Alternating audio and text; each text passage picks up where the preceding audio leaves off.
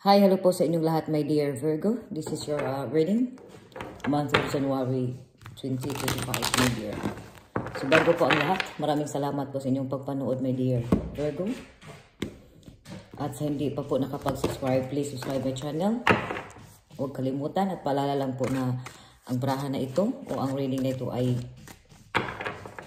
pangkalahatan o maaari ang iba sa inyo makaresonate, maaari din ang iba sa inyo ay hindi. So, pick nyo na lang kung saan kayo mas nakaresonate, my dear Virgo. At kung ikaw man ay hindi Virgo pero dumaan ito sa iyo, maaari ito na ito ang braha na to o ang basa na ito ay para sa iyo, my dear. Right, my dear Virgo? This month, you're a Chariot. So maglatag ako dito ng past mo dito, present, saka kung ano yung mangyayari sa iyo dito this month. At ang love life mo, career, at sa iyong finances, my dear Virgo. So maglatag ako dito ng 13 cards, my dear.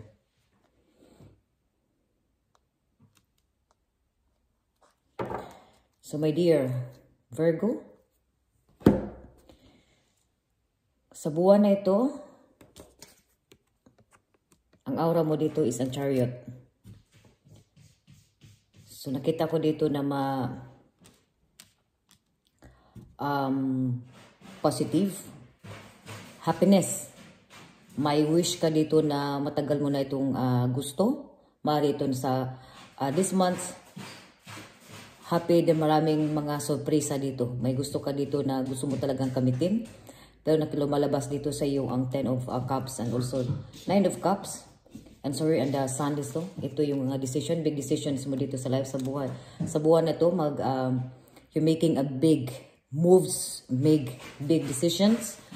Malaking decision sa buhay mo na matagal mo na itong hinihintay. You know, matagal mo na itong pinaplano, matagal mo na itong hinihintay na hindi mo maasahan na sa buwan na ito ay mangyayari ito. Nandito rin sa iyo na kontento ka about sa iyong finances this month. Wala kang problema dito sa iyong finances. Maaari din itong sa buwan ito ay you are pampering yourself. Maaari itong magpapaganda, magpapagwapo ka, something dito sa body mo na magbadadiet ka about sa health mo dito na gusto mong gumanda, gumwapo, something dito sa health mo, sarili mo, kumbaga dito sarili mo na inaayos mo ito ang sarili mo, my dear. Dito rin sa iyo, sa month, maaari din ito na sa month na to ay magkabati kayo, maping maligaya ka kasi maganda na ang pagsasama ng iyong mga family dito. Sa finances, nakita ko itong may malaking pera na darating sa iyo, lalo na dito sa the end of katapusan ng buwan na ito. So dito pa lang sa third week na ito ay may paparating dito sa iyo na pera o maaari itong makatanggap ka dito ng mga welfare, lalo na welfare dito o mga something tulong, SS or something dito, mga may pirang darating dito sa iyo. Kumbaga nandito hinintay mo na dito sa first week dito sa buwan na ito, pero nakita ko itong mas dito ito sa talaga sa end, dito sa end bago matapos ang buwan na ito, my dear. At dito naman sa trabaho mo, maayos din dito sa trabaho mo, kaya nandito rin sa iyo, naalala mo ito yung dati mong, ang iba dito sa inyo, mas nag-enjoy, masaya ka naman sa trabaho mo ngayon, pero nakita ko dito mas tumitingin ka dito sa past na sa mga pinagtrabahoan mo about dito, na mas masaya ka dito. Pero nakita ko rin dito mas maganda rin ang takbo ng trabaho mo dito. O di kaya ang iba sa inyo dito ay naghanap kayo dito ng trabaho na maaari din ito ay magta-travel kayo ng barko. Maaari din itong mga iba sa inyo dito ay naglala kayo dito na mag-abroad. Maaari din ito na ito o maaari din ito na sa trabaho mo ito or sa mga business mo dito na ikaw ay mag-travel ka ng malayo. Kumbaga sa bahay mo, mag-travel ka ng malayo or may surprise, may sorpresa dito na matatanggap, maaari ito na makatanggap ka dito ng bisita o mga family mo dito na hindi mo inasahan within this month. At sa love life mo dito, my dear Virgo, Ang sa love life mo dito is maganda din ang love life mo dito. Pero nakita ko dito mas hinahanap mo pa. May mahinahanap ka pa dito. Kontento ka naman. Masaya ka naman. Ang iba din dito sa inyo na something you're looking emotional dito sa ang iba dito sa inyo. Mari itong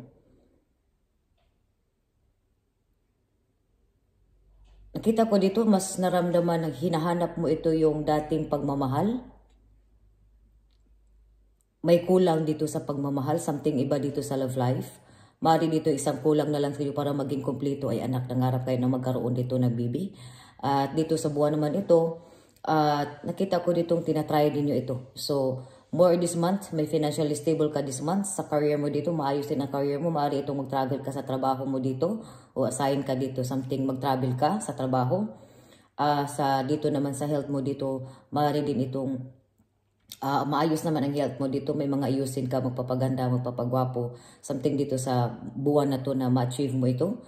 At may matatanggap ka dito ng pera or sa buwan na to, there's surprises. Surpresa. May magbibigay dito sa iyo.